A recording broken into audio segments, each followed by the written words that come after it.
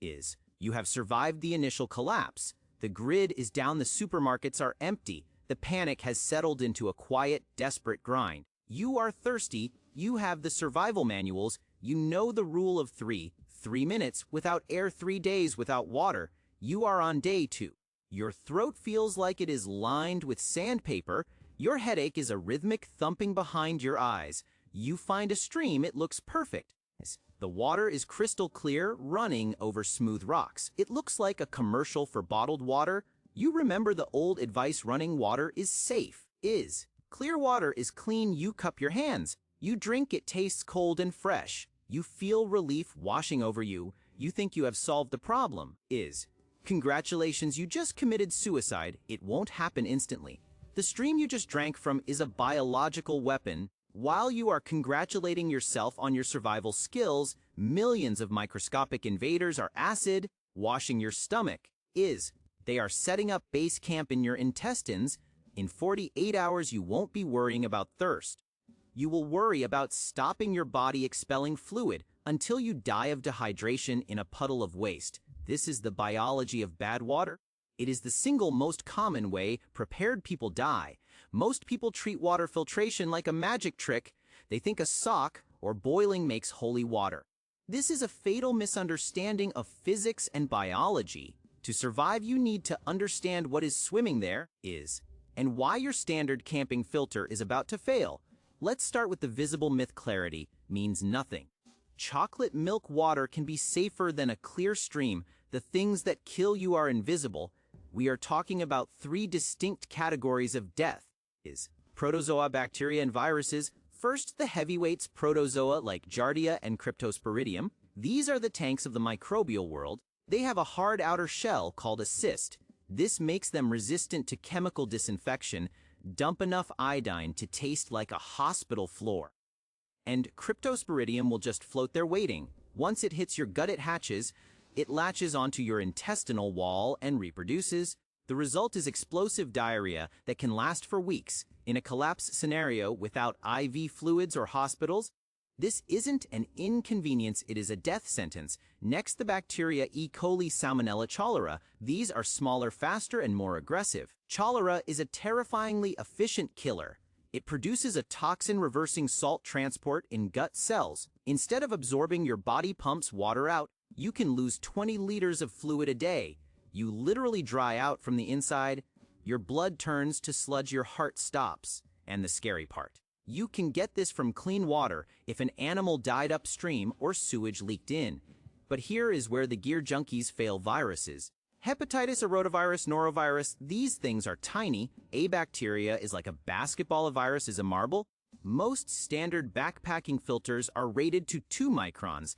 That is small enough to catch the basketballs. It is not small enough to catch the marbles. Viruses go right through the filter mesh like mosquitoes. If relying on a pump filter in urban disasters, where sewage lines have ruptured and contaminated the water, you are drinking viruses. You filter the dirt, but serve yourself a hepatitis cocktail. So you say, I will just boil it. Boiling kills everything, right? It's the golden rule. Heat kills biology. This is true. Bring water to a rolling boil, the bacteria explode, the virus proteins denature, and the protozoa die. Biology is dead, but here is the problem. In a modern collapse, biology isn't your only enemy. You also have chemistry. Let's look at the scenario. The power has been out for a week. Industrial plants shut down, safety valves failed. Agricultural runoff is unchecked. That clear stream you found, it's running off a field sprayed with pesticides, or downstream from a factory that processes heavy metals. When you boil water, you remove pure H2O as steam. You are reducing the volume of the liquid. What happens to the lead, arsenic nitrates, and pesticides? They don't boil off, they concentrate. Boiling contaminated chemical water makes a toxic reduction sauce. You turn a gallon with mild arsenic into lethal pint. Heat does not kill chemistry, it concentrates it. Nitrates from fertilizer runoff are particularly dangerous. Boil nitrate-rich water, and you concentrate the nitrates. These convert to nitrites binding to your hemoglobin. This prevents your blood from carrying oxygen. You suffocate on a cellular level while drinking water. So now you are paranoid. Good paranoia keeps you alive. You realize you need to filter biology and chemistry, so you start looking at scavenging. You find a water heater in an abandoned house. It's a 40-gallon tank of clean water, right? Wrong. It is a biological time bomb. Sediment accumulates at the bottom of water heaters over years. This sludge is a breeding ground for bacteria, specifically Legionella, if the temperature hasn't been maintained above 14 degrees. Or if power has been off, that water is stagnant. Biofilms form on the inside of pipes and tanks. A biofilm is a slimy city of bacteria. It protects itself with a glue, like Matrix. Chlorine has a hard time penetrating biofilms. Open the drain valve at the bottom of a heater, and you drink concentrated sludge from a decade of neglect. Then there is the swimming pool myth. You see a backyard pool, it's thousands of gallons. You think you hit the jackpot, you think it's chlorinated, it's safe, but chlorine degrades sunlight, breaks it down, organic matter, leaves bugs, skin cells, consumes it, without the pump running and fresh chemicals being added, a pool becomes a stagnant pond in days. It might still look blue for a while, but it is teeming with mosquito larvae and bacteria, and if you decide to shock it yourself with random chemicals you found in the garage, you risk creating chloramines or other toxic byproducts. So how do you actually survive? Stop looking for a magic bullet. Start thinking like a water treatment plant. You need a layered defense system. You need to treat water in phases. Phase 1 is pre-filtration. You have to get the large particulate matter out. This isn't about safety yet. It's about protecting your gear. Run muddy water through your expensive ceramic filter and you will clog it in 5 gallons. Use a t-shirt, a bandana, or a coffee filter. Get the mud, the sand, and the algae out. This also removes bacteria attached to the sediment. Phase 2 is the biological kill. You need to handle protozoa, bacteria, and viruses. The most robust method for a static survivor is boiling. But you have to do it right. Rolling boil for 1 minute is the standard, 3 minutes at high altitude, but remember, this doesn't fix the chemicals. If you can't boil, you need chemistry. Calcium hypochlorite, this is pool shock. It is a dry powder with an infinite shelf life. Liquid bleach expires, it turns into salt water quickly. Pool shock stays potent, but it is high strength. You have to make a stock solution first, 1 teaspoon of powder in 2 gallons of water. This creates a bleaching solution, then add small amounts of that to your drinking water. You need to smell the chlorine. If you can't smell it, it's not working. But wait, chlorine doesn't kill cryptosporidium well. Remember the hard shell. So you need a backup. This is where UV light comes in. Sunlight, the Sodes method. Put clear water in a clear plastic bottle, leave it on a roof in direct sun for 6 hours.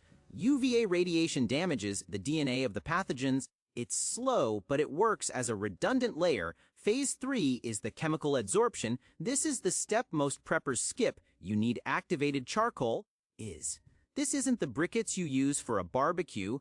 Those are soaked in lighter fluid and toxic fillers. We are talking about activated carbon. It has a massive surface area. 1 gram has a surface area over 5 square meters. It works like a magnet for chemicals. As water passes through the charcoal, pesticides, herbicides, and heavy metals get stuck. This makes the water taste better, yes, but it removes the chemical toxins that boiling concentrated.